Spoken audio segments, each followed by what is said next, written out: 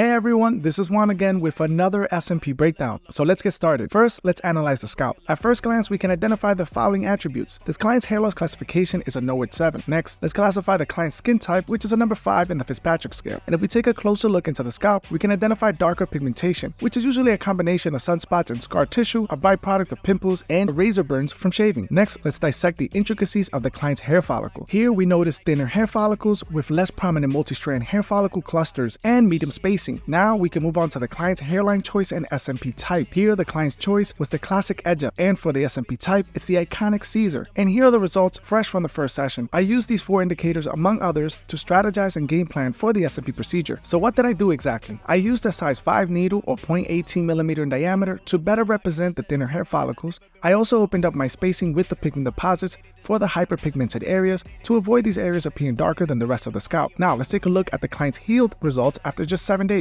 Yet again, we have a 95% retention, which looks amazing, but it's not always the case due to a litany of reasons. So with the retention on par and after double checking my client to ensure his goals have not shifted, let's look at the results immediately after the second session. My game plan here was to go about 40% darker than the session prior with the pigment shade to create vibrancy and texture between the shades and the client's follicular pattern. For the needle size, I opted for the 0.4 or 0.15mm diameter to enhance the illusion of depth and to capture his follicle's essence and size and shape. I hope you enjoyed this quick SMP breakdown. Until next time.